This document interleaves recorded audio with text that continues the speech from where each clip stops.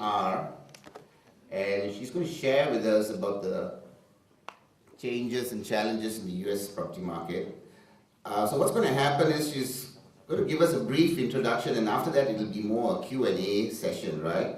So could you all put your hands together and welcome Ms.Pili. Thank you. It's a pleasure to be here. It's also very nice to see some of the students from the CIPS class that we taught in 2011. So it's fun to see friends. No matter where you go in the world, if you are around estate agents, you have friends. I want to bring you greetings from our president of NAR, Gary Thomas. And I was in California last month, and I personally invited him to come. I had previously forwarded the letter you sent to him, and unfortunately he had other engagements he had to go to, so he was unable to come, but he wanted me to tell you how much he missed the opportunity to be with you. So we're going to talk a little bit about changes and challenges in the US market. And I have my own personal human clicker. What I've done is taken another program and shrunk it down, so I'm not talking about how we got where we are today. But this is where we are. Hurrah, our election is over. In the US, the election takes a long time. We have 1,052 days before the first primary election for the 2016 series. So we already are counting the days until this begins all over again. We survived the fiscal cliff. Some of you may have heard about that. We had some issues that were triggered by the end of the year, and somehow we managed to get past that. The world did not end in the United States. We did not all get thrown out of our homes. We did not all lose our jobs, so we survived that. We have also survived the beginning of what is called the sequester. That is a peculiar term, even in the United States. I don't know who thought it up, but hardly anybody knows what it means. And 2 years ago, when we had a financial crisis, they came up with this idea that we will set aside some money unless we solve the problem by March. So they sequestered funds. And what they thought was this would be so horrible that the Congress would solve the problem before we got there. Unfortunately, they completely overestimated our Congress. And they have not solved the problem, so we're in the sequester. Employment is slowly recovering in the United States. This is a very important factor for us. People can't buy homes if they don't have jobs. And so it's very important for us to see employment recover so that housing can recover, because housing always leads us out of a recession, and it can lead us into a recession when housing declines. And it is recovering. It is, we're starting to see in 9 of the top 10 markets in the United States, housing is booming. We're starting to get multiple offers on properties. And I come from Washington State, and Seattle is our major city, and they're having a fantastic real estate market there. I was just there a couple weeks ago, and I'm listening to the estate agents there talk about it, and they are so excited, because for a long time, our market has been really terrible.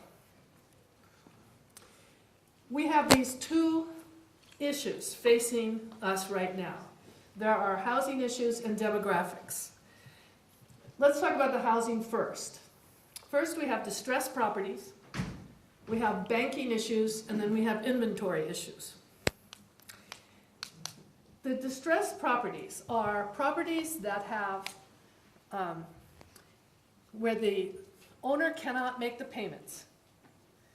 And unfortunately, they can't just sell the property because they owe more on the property than the market will bear. So let's say the property is worth $300,000 on the market, but they owe $350,000. So even if they can find a buyer, they have to get the bank to agree to go along and lose money. The bank may decide to go after these people later for that extra $50,000, and they may not. So that's one category of distressed property. The next one is, what happens if they are unable to sell? So these people can't sell their home, they can't make their payments, the bank comes and takes the property. And they take it in a process called a foreclosure. So they have a sale at the courthouse, and they hope you will come and buy this so the bank doesn't have to take it. But why would you buy it? Because what the bank wants to sell it for is the loan amount, and that's here, and the value of the property is here, so nobody's going to buy it. So that's the foreclosure sale is the second category. The third category of bank of distressed property is after the foreclosure sale, it's owned by the bank. Now, what's the problem with that, you think? People come and vandalize the property. They come in and they take all of the valuable parts. So if there are copper tubes, copper wires, anything of value in the property, in some areas, vandals come and they take it. Not only that, but sometimes when the homeowner leaves, because they have had a short sale or they're going to foreclosure, they walk out with the kitchen. I have seen houses where there's no kitchen. There's some pipes that stick out of the wall. That's it. No cabinets, no nice floor. They take the floor out. That sounds like too much work to me. That leaves horrible condition for some of these properties. So distressed properties are not popular necessarily for people to buy. For a while, there were so many of these that investors would come in, for instance in Florida. They would come into Florida and they would buy 100 condos. They didn't even go look at them. They just buy 100 condos for, say, 50 cents on the dollar. They'd sell them, they fix them up, and they sell them for 75 cents on the dollar, and they make money. So the investors were able to go in and purchase large amounts of these distressed properties, and they had the funds to take care of it, which priced a lot of people out of the market, young families who wanted to get in on these lower priced properties to be able to purchase their first home, but they had to get a loan from the bank. Well, the bank wasn't interested in selling to them when they could sell to somebody else for all cash. If you have one home like this in a neighborhood, it's not such a big impact. But there are some zip codes, some areas, some neighborhoods where every other house is foreclosed. Every other house is abandoned. Now that leads to a lot of vandalism, and that's a huge problem. So the whole neighborhood looks bad, and nobody wants to live there. And then there are questions about title. You may or may not have heard about robo-signing. This was a process the banks used when they sold. The bank gives a loan to you to purchase a home. But in order to have more money to give more loans, they take that loan and they sell it to somebody else. And maybe it gets sold 2 or 3 times. So pretty soon, it's hard to unwind and figure out who really owns this loan. And so some bank at some point is just signing off these papers for foreclosure.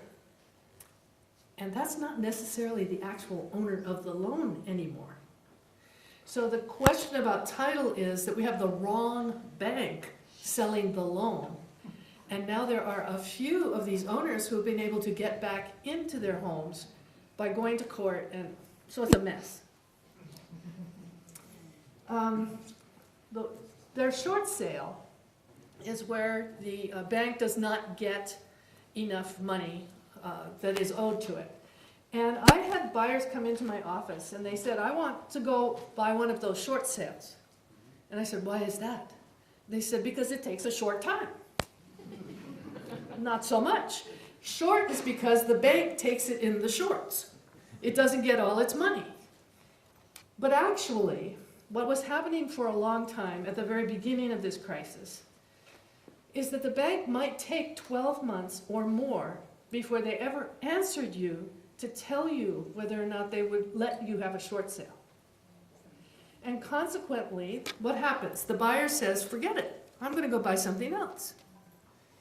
That was a huge problem. And then the sellers got upset, they were frustrated. If they couldn't make their payments, there was more going on. Nothing happens in a vacuum. So they may have had other problems in their life. Maybe somebody lost a job. Maybe there was a divorce. Maybe there was medical problems. So you saw them making condition issues for the house. When they left, they would turn on all the water and walk out and just flood out the house. So there are all kinds of condition issues. Once it's foreclosed, the market value is too far below the loan amount, and at a foreclosure sale, the buyer can't go and look at the house. You go to the courthouse and you bid on this, but you don't actually get to look at the house. You can drive by, but you may not have any idea that there's no kitchen left. And once it's foreclosed, it becomes bank-owned. And those are, of all of these distressed properties, those are the easiest to deal with, because now the bank really doesn't want to own it. And they've lost money in the foreclosure process. So let's go back to our $350,000 loan. An offer comes in for $300,000, and the bank says, no, we have to have $325,000. So the buyer goes away. It forecloses. Now the bank owns it. And you know what they do? They put it on the market for $275,000. So they just lost $25,000. And it's so frustrating because it doesn't make any sense. There's no logic. When I teach classes about foreclosure and short sale, somebody will eventually say to me, that's not logical. And I'll say, good, you're paying attention. Okay. And so now prices are at 2003 levels.